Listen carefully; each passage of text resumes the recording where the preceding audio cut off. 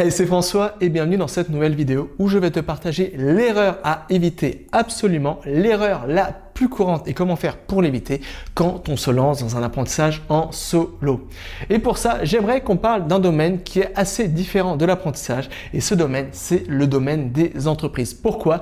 Tu vas comprendre ça tout de suite. Dans une entreprise qui fonctionne bien, finalement, il y a trois différents groupes de personnes. Il y a les dirigeants, le directeur, il y a les managers et ensuite il y a les équipes exécutives.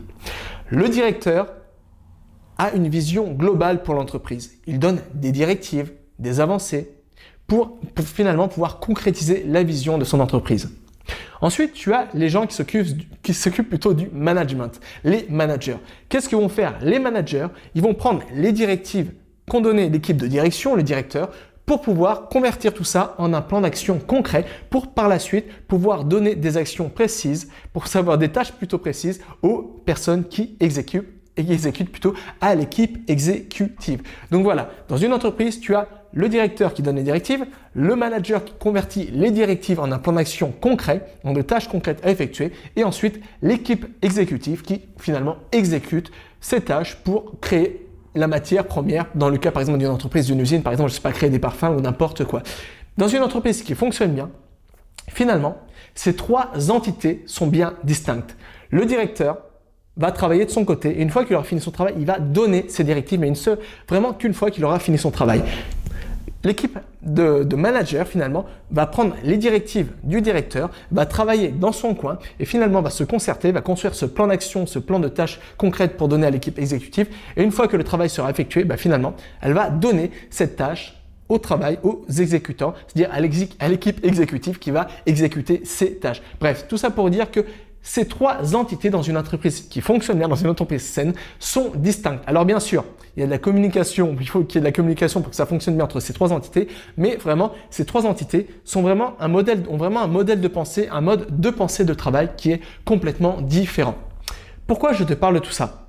Parce que pour qu'une entreprise fonctionne bien, pour qu'une entreprise soit efficace et productive, il est vraiment primordial finalement de faire la distinction entre les différentes tâches d'une entreprise. La direction, le management et l'exécution. Mais pourquoi je te parle de ça quand on parle de l'apprentissage en solo? Parce que c'est là qu'est l'erreur numéro 1 quand on apprend en solo. Et quelle est cette erreur numéro 1? C'est que finalement, la plupart des apprenants en autodidacte, la plupart des apprenants quand ils se lancent dans l'apprentissage en solo, finalement, essaient de faire le directeur, le manager et l'équipe exécutive et le tout en même temps à chaque fois qu'ils se lancent dans un nouveau projet d'apprentissage et encore pire, à chaque fois que ces apprenants se lancent dans une nouvelle session d'apprentissage.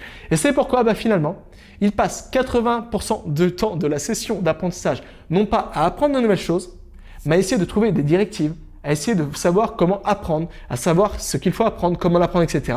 plutôt qu'à faire la chose la plus importante. Et quelle est cette chose la plus importante? C'est tout simplement apprendre.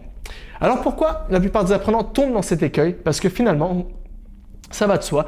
Finalement, on n'a pas pris l'habitude d'apprendre en solo. Bien souvent, quand on apprend, on a un programme bien établi tout fait. Quand on est à l'université, quand on est au lycée, finalement, on nous donne un programme d'apprentissage, un cursus universitaire, un cursus éducatif qui est tout fait. On sait ce qu'il faut apprendre le lundi, le mardi, le mercredi, etc. Et c'est pourquoi, finalement, on a un peu gardé par défaut cette habitude que finalement, quand on se lance dans l'apprentissage, bien souvent, le travail est déjà mâché.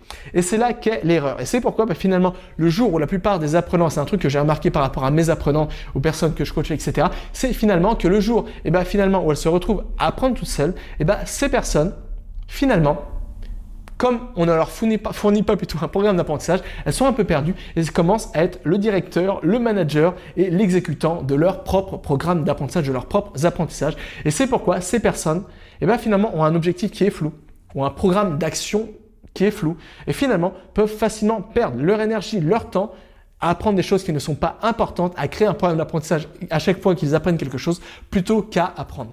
Donc voilà, si tu ne devais retenir qu'une seule chose de cette vidéo, c'est simple. N'essaie pas d'être le directeur, le manager et l'exécutant de ton apprentissage. Essaie plutôt d'être une fois le directeur de ton apprentissage, c'est-à-dire de te fixer une grande direction, un objectif. Essaie d'être une fois le manager de ton apprentissage, c'est-à-dire construire un plan d'action concret pour savoir ce qu'il faut apprendre, comment l'apprendre et quand l'apprendre, etc. Et ensuite, tu pourras passer 80% de ton temps à apprendre, c'est-à-dire être l'exécutant de ton projet d'apprentissage. Et ça veut dire que finalement, c'est comme ça que tu pourras gagner un temps fou. Il faudra faire le travail au préalable de te construire un objectif, de te fixer un objectif précis, de te construire un plan d'action, etc.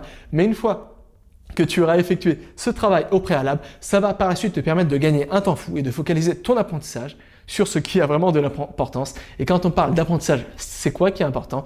C'est finalement d'absorber de nouvelles informations, d'apprendre, de pratiquer et de progresser. Donc voilà, sépare bien la direction, le management de l'exécution de ton apprentissage et tu pourras apprendre beaucoup plus efficacement et beaucoup plus rapidement et tu pourras mettre toutes les chances de ton côté pour atteindre ton objectif d'apprentissage le plus rapidement et le plus simplement possible. Et finalement, c'est pas très compliqué. C'est pourquoi, pour t'aider, je t'ai préparé un enregistrement où je te montre exactement comment te construire ton propre programme d'apprentissage en autodidacte, en solo. Et c'est disponible dans le premier lien se trouvant dans la description.